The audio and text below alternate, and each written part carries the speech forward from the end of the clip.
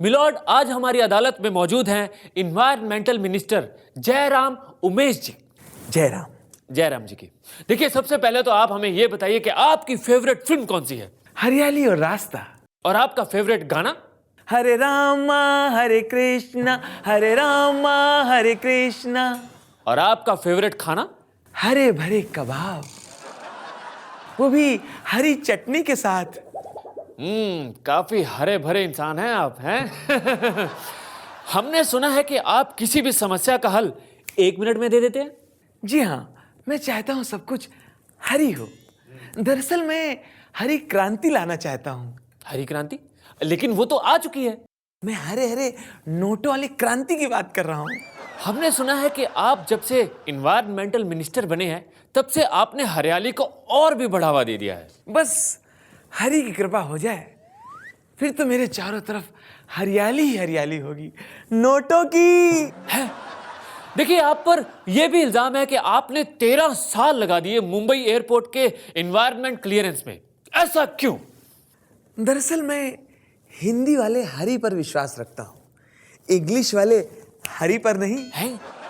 देखिए, आप पर यह भी इल्जाम है कि आपने एयरपोर्ट क्लियरेंस देते वक्त हरियाली का नहीं सोचा। नहीं, मैंने हरियाली का ही तो सोचा, तभी तो क्लियरेंस दिया है। आई लव हरियाली। मिलॉर्ड, आज हमारी अदालत में मौजूद हैं फनी देओल जी। सत श्री अकाल साहब जी। देखिए, आप पर सबसे पहला इल्जाम यह है कि आपने डर फिल्म के बाद कैश चोपड़ा के साथ दोबारा से कोई भी फिल्म नहीं की। ऐसा क्यों? साहब जी, डर फिल्म के बाद अपनी फिल्में लेने से डरने लगे हूं मुझसे। और तो और आजकल तो सारे डायरेक्टर्स डरते हैं मुझसे। हैं? देखिए, आप हमें यह बताइए कि आपने पिछले काफी समय से कोई भी एक्शन फिल्म नहीं की। ऐसा क्यों? कैसे करूं एक्शन फिल्में? एक्शन फिल्में कैसे करूं मैं? आजकल मेरे हालात तो ये हैं कि डायरेक्टर का एक्शन सुनने को भी तरस रहा हूं मैं। देखिए, आप पर यह भी इल्जाम है कि आपने अपने हिट दौर के प्रोड्यूसर्स को बहुत परेशान किया है। ऐसा क्यों? उन्होंने भी तो मुझे परेशान किया है, उसके बारे में कुछ नहीं कहते आप। कैसे परेशान किया है? मुझे कई सालों तक खाली घर पे बिठा के। देखिए, आप पर यह भी इल्जाम है कि आपने अपनी रियल लाइफ में कोई भी बहादुरी का काम नहीं किया है। बलवंत राय के कुत्ते, ये झूठ इल्जाम है। मैंने अपनी रियल लाइफ में बहुत बहादुरी के काम किए। कौन से? मैंने किमेश रेशमिया की एज ए हीरो वाली सारी फिल्में देखी हैं, वो भी 4-4 बार। हैं? अच्छा, एक बात बताइए, आपकी पिछली फिल्म राइट या रॉन्ग में आपने एक अपाहिज का कैरेक्टर किया था।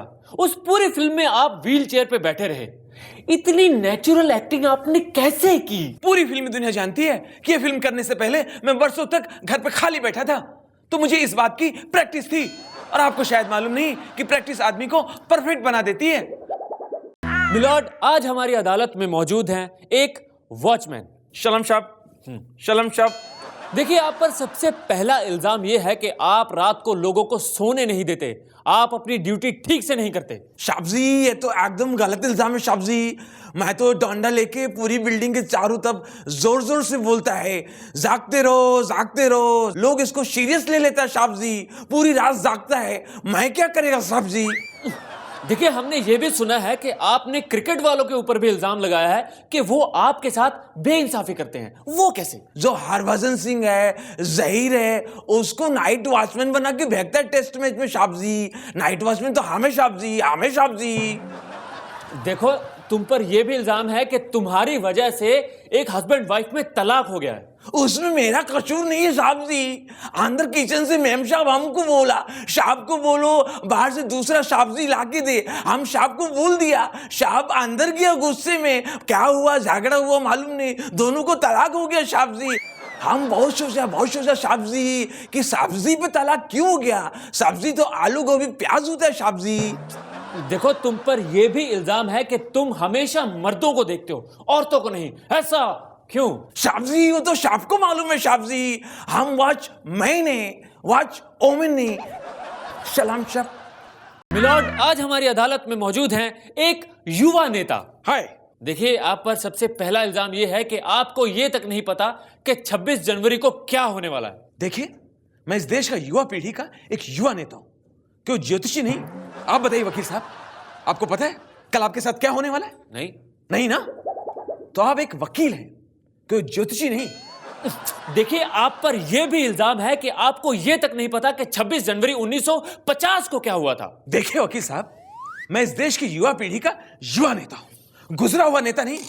आप बताइए, 1950 में आज ही के दिन, आज ही के वक्त इस अदालत में कौन सा केस चल रहा था?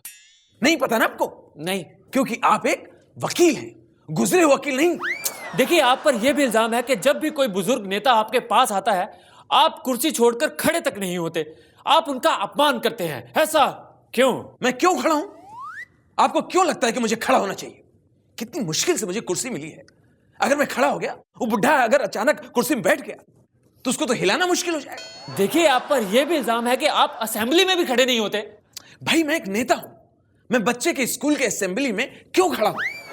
आखिर हमारा भी कोई स्टैंडर्ड है। मैं एक नेता हूं, कमाल करते हैं आप। अरे, मैं पार्लियामेंट की बात कर रहा हूं। देखिए, मैं इस देश की युवा पीढ़ी का एक युवा नेता हूं। आपने पार्लियामेंट को कई बार अपने टेलीविजन पे देखा होगा। वहां हर नेता बैठा होता है और पार्लियामेंट बैठती है, खड़ी नहीं होती।